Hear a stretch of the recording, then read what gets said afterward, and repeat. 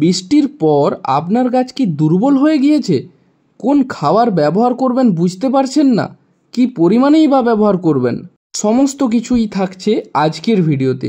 সকলকে অনুরোধ, ভিডিওটি শেষ পর্যন্ত দেখুন, যাতে আপনার কষ্ট করে ফলানো ফসল বিফলে না যায়, সেটি উদ্দেশ্য করেই আজকের ভিডিওটি বানানো। চলুন ভিডিওটিকে শুরু করা যাক।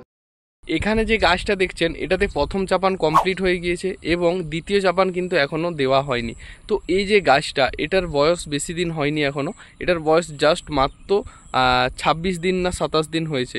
এবং একই পাশে এই যে গাছটা রয়েছে, এটারও বয়স কিন্তু সেম, যদিও এটা দেখে একটু উইক মনে হচ্ছে, তারপরও কিন্তু এই দুটো গাছের বয়স একই। দেখুন এই গাছটাতে কিন্তু এই টাইমে একটা খাবার যদি আমি প্রয়োগ করে দিই, তাহলে গাছটা আরও তাড়াতাড়ি গ্রোথ নিয়ে নেবে। এবং সেই সাথে দেখুন গাছ কিন্তু প্রত্যেকটা গাছই বেশ সুন্দর এবং সবুজ চকচকে রয়েছে।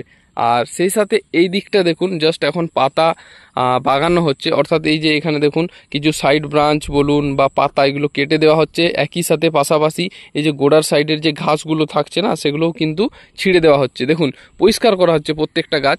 আর যেগুলো মাটিতে শুয়ে থাকছে, যেমন এই যে এই ডালপালাগুলো, এগুলো মাটিতে শুয়ে থাকছে, এগুলোও কিন্তু ভালোভাবে মাচাতে তুলে দেওয়া হচ্ছে। তো ওটা তো একটা প্রসেস করার কাজ চলছে, সেই সাথে আরেকটা প্রসেস করার কাজ চলছে, যেটাতে এখন একটু পরিমাণে খাবার দেওয়া হচ্ছে। তো কোন পদ্ধতিতে খাবার দেওয়াটা সঠিক হবে, কোন খাবারটা আপনারা দেবেন, কি পরিমাণেই বা দেবেন, সমস্ত কিছু জানতে আজকের ভিডিওটি আপনি দেখুন। তো এখানে প্রথমে গাছগুলো আমি দেখাই। এটা এই সাইডটা হচ্ছে আমার টোটাল 50 শতক এবং বাকি এই সাইডটা 50 শতক। এই দিকটা আগে একটু গাছটার মাচা করা হয়নি, তার কারণে গাছটা একটু উইক মনে হচ্ছে। আর এই সাইডের গাছটা কিন্তু একটু আগে মাচা করে দিয়েছিলাম, তার কারণে কিন্তু গাছ দেখুন বেশ কিছু কিছু গাছ অনেক বড় পর্যন্ত হয়ে গিয়েছে। যেমন দেখুন এখানে এই গাছটা অনেক বড় হয়ে গেছে, সেই সাথে গাছের গ্রোথও কিন্তু সুন্দর রয়েছে এবং এটারও গাছের গ্রোথ ভালোই আছে। জাস্ট এখন পাতা কাটা চলছে, তার জন্য একটু উইক লাগছে গাছটা। আর পাতা কাটার পর একটা ওষুধ ব্যবহার করব এবং এটাও কিন্তু একদম সুন্দর চকচকে হয়ে যাবে। তো দেখুন কোন খাবার আপনারা ব্যবহার করবেন, সেটার জন্য আপনাদেরকে যেটা ব্যবহার করতে হবে সেটা হচ্ছে 20-20। এখানে যে 20-20-0-13টা রয়েছে দেখতে পাচ্ছেন, ভারত এনপিকের। তো এটা কিন্তু আমি টোটাল ব্যবহার করছি এখানে 75 কেজি আমার 100 শতক জমিতে, অর্থাৎ 50 কেজির এক বস্তা এবং আর একটার অর্ধেকটা। তো টোটাল 75 কেজি আমি ব্যবহার করছি। আর কি পরিমাণে এবং কিভাবে ব্যবহার করছি সেটা আপনারা দেখুন। এই যে লাইন রয়েছে সোজা লাইন বরাবর, এগুলোর যে মাঝে গ্যাপটা রয়েছে, এই গ্যাপে কিন্তু দিয়ে দেওয়া হচ্ছে খুব অল্প পরিমাণে, 10 থেকে 20 গ্রাম প্রতি মাদা পিছু কিন্তু দেওয়া হচ্ছে। ভালো করে গাছের গোড়া থেকে দূরে রিং আকারে দেওয়া হচ্ছে, যাতে গাছের গোড়ায় না পায়। এবং সেই সাথে খেয়াল রাখতে হবে যে গাছগুলো যেমন এগুলো নিচে পড়ে আছে, এগুলোর কিন্তু কাণ্ডেও যেমন না পায়, না হলে কিন্তু গাছ পচে যাওয়ার সম্ভাবনা রয়েছে। তো গোড়া থেকে দূরে যতটা সম্ভব হয় দেওয়াটাই ভালো, তাহলে কিন্তু গাছের কোনো ক্ষতি হবে না। এবং এই সারটা যখন গাছটা ধরবে, তখন কিন্তু আরও গাছের গ্রোথটা অতি দ্রুত বৃদ্ধি পাবে। তো আশা করি পরিমাণটা আপনারা বুঝতে পেরেছেন যে কি পরিমাণে ব্যবহার করাটা দরকার। একদম অল্প পরিমাণে দেওয়াটাই ঠিক হবে। এই টাইমে 10 গ্রাম করে দিলেই হবে প্রতি মাদা পিছু। আর শুধু প্লেন আমি এটা 20-20 ব্যবহার করছি, আর কোনো কিছু কিন্তু ব্যবহার করছি না। তো এইভাবে কিন্তু পুরো সারা জমিটাতে ব্যবহার করা হবে। এবং এই সাইডটা দেখুন ঘাস পরিষ্কার করা হয়ে গিয়েছে, মানে আগাছা যেটা ছিল, সেই সাথে গাছের পাতাও কেটে সুন্দরভাবে মাচায় তুলে দেওয়া হচ্ছে। যেমন এখানে দেখুন এই ডালপালাগুলোকে কিন্তু মাচা ধরিয়ে দেওয়া হয়েছে, এগুলো মাটিতে ছিল, এই জন্য কিন্তু এখনও দেখুন মাটি লেগে আছে।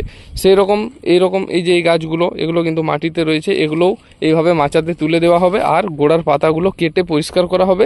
সেই সাথে এই যে আগাছা হয়েছে এত পরিমাণে, আগাছাগুলোও কিন্তু পরিষ্কার করা হবে।